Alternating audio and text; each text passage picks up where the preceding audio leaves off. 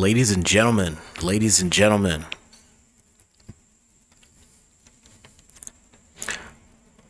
ladies and gentlemen, breaking news. We have a special update here. Apparently, President Joe Biden has made a very, very embarrassing gaffe at the NATO summit at a speech he was doing earlier today. And it's looking real bad. We're going to go check it out here. We have the Young Turks.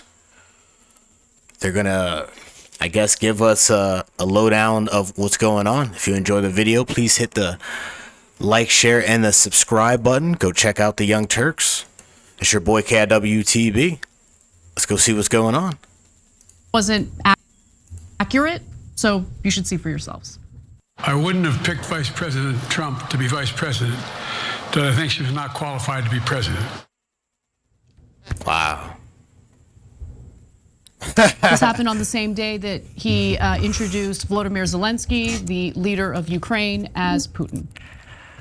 But there's more. Let's go to the next video where, well, actually, Cenk, why don't you weigh in on this? So It's crazy. Zelensky's Putin, Kamala Harris is Trump, and this is the press conference where he's supposed to prove to us how great he is. But keep in mind, it's not like the Democrats have lowered the bar so they think, well, if he doesn't die during the press conference, then he should go on. No. Well, if he doesn't fall apart at the seams, he should go on. No. He has to make up a giant deficit. He's losing in every swing state. Right now, combination of polls has him down by 3 nationally. He has to win by 5, so he's down by 8 in effect. He's at 37% approval rating. And he was at 52 when he won. He's got 15 points to make up at least. This, hey, he didn't get every single answer wrong, is not the win you think it is. Especially when in the middle of the press conference, he's calling Kamala Harris Trump and Zelensky Putin. Already a disaster, already over. Biden apparently also showed off a list. Yo, how could you call Vladimir Zelensky Putin? I mean, it's very, I guess it's kind of easy to do that because they both named Vladimir. But, I mean, and then he called Kamala Harris Vice President Trump. I mean, you can't make this up, right? That's not a deep fake, right? I mean, this is on the Young Turks here, but I don't think that they would deep fake something like this. Let's continue. Of pre-screened reporters to call on for this press conference. So let's take a look at that. I'll take your questions. I've been given a list of people to call on here. I don't think that's necessarily bad, right? Like that's typically what happens in these press conferences. I don't think that's that big of a deal. If he had a script in front of him, that would be different. A list of reporters to call on for questions, I think is fine. Now, let's go to the next video because I haven't watched this ahead of time. I don't know what it's about, but well, apparently he denies that he goes to sleep early, even though he had gathered a group of Democratic governors to let them know that the problem is he's not getting enough sleep and he plans on taking more naps and sleeping more. He said he's not going to do events past 8 o'clock at night because he knows he doesn't function well past 8 o'clock. It's the Young Turk saying this. Saying it's coming straight from, allegedly, the White House, coming from the folks from his administration. The guy is old. He needs to rest more. I mean, okay, but you're the president of the United States. This is like a crazy time that we're in right now. I feel like we need you to be on point here.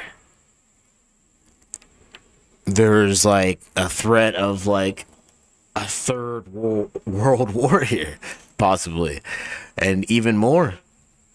We need you to be on point, man. Let's continue. And we're not talking about midnight. We're talking about 8 o'clock. The early bird special is barely over. So let's see what his answer was. There's been reporting that you've acknowledged that you need to go to bed earlier and your evening around 8.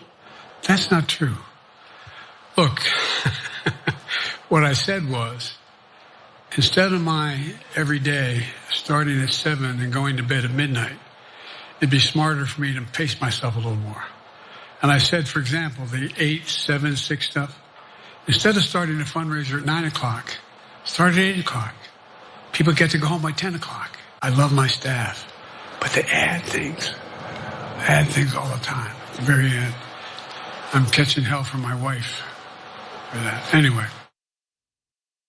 He's catching some heck from Dr. Jill.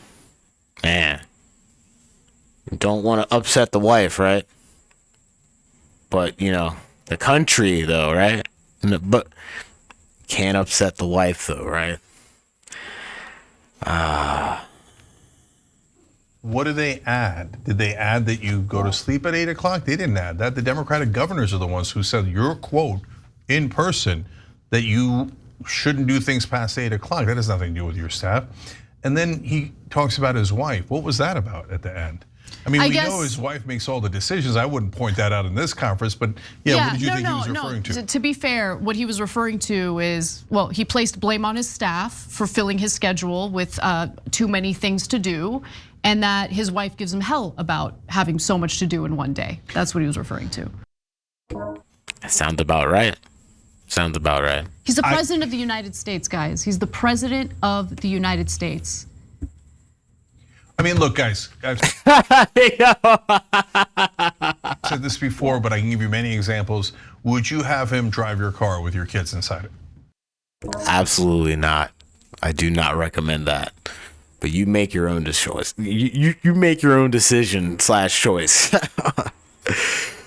Would you have him operate heavy machinery? Nobody would, right? The presidency is not a small job. It's a giant job. And he right now has to do 2 jobs. One is be the president, others run for president. They're both incredibly difficult jobs. You cannot do it if you can't go past 8 o'clock at night. I don't care, who you want to blame. The governor said that you said it, okay? And I think it's a little bit telling about the wife comment, I'm gonna catch hell from my wife.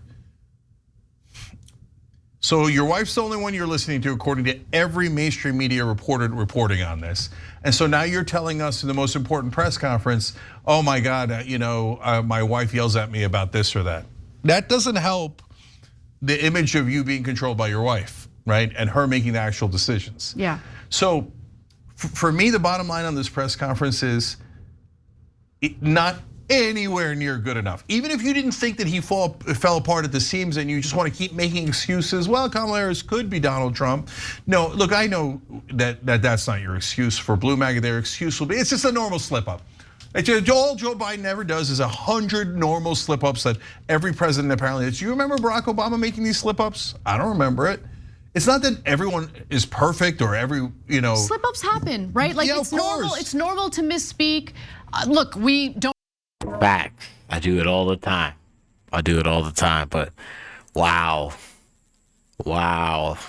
I'm not the president, though. Have a prompter here, right? Sometimes we misspeak and we'll be thinking about someone else. And when we're talking about someone entirely different, we might mix up names and not even realize it at that moment. That's totally normal. But you have to take these slip ups that Biden is basically having over and over again during these big international, events in context, in the context of what happened during that debate, in the context of Chuck Todd saying that a White House secretary told him 2 years ago that there's no way that Biden can run again because of the state that he's in. So okay? I want to build more on those cabinet members, right? Apparently several secretaries in his cabinet have said that that the entire cabinet meetings would be scripted, which is unusual, not what normally happens in a presidency. And in fact, they're like, well, is this a real thing? Are we having an actual conversation? And there's not even reporters in the room. That is insane. If everything needs to be scripted, can't this guy talk to the ordinary folks of this country that he's supposedly, running. This guy was elected by these folks. He can't sit down and just have a unscripted conversation. Like, there's something a little weird about that, man. But they're scripting it with their own cabinet, right? So what's the point of it? It's just all theater. They all know what's going to be said ahead of time. And this is all to protect Biden so that even his own cabinet doesn't find out how terrible a shape he's in. And then, to me, one of the most stunning parts of that was that I didn't know this. I thought they were having regular cabinet meetings. They haven't had one since last year. What? They haven't had a cabinet meeting since October of 23. What? No cabinet meetings this year. Full cabinet meetings. Okay. What? Yo, shout out to the Young Turks. This is very interesting. I'm going to leave it here for this one. I mean, this is just like, I need to get some information about what's going on here, because like, this is wild. And the fact that like our adversaries see this and like, I know they have to be plotting. Like, this is so unfortunate, man. I like, wow. I just, there's just so many words. I can't, like, how many people voted for this guy? Like, what? And now all these people are just like abandoning ship right now. Like, this is insane to see this. I can't even like fathom. And just having this guy talk to NATO, I like, and giving that speech in front of all these people once again, dude. And then go up there and be like, hey, it's all good. And then I seen the end of it. He's like, they go, hey, one of the reporters or someone asks like the question, hey, I mean, Donald Trump is using this right now. What do you like as like ammunition against you? What do you say to that? He goes with this smile, listen to him, and then just walks off. He shuffles off. Like, I can't believe it. This is like the crazy times that we're living in, folks. Make sure you stay informed, stay healthy, take care of yourself, spread that good positivity out there. I mean, make sure you go out there and vote November 5th. No matter who you're voting for, make sure you go and vote, but make sure you do your homework, your due diligence, your research. I mean, this is insane. This is insane.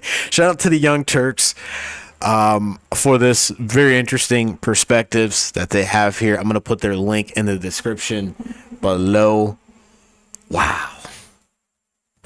It's your boy KIW TV. Today's July 12th, 2024, aka 2024, the year of the exposing. That's crazy. I'll see you on the next one. Bye.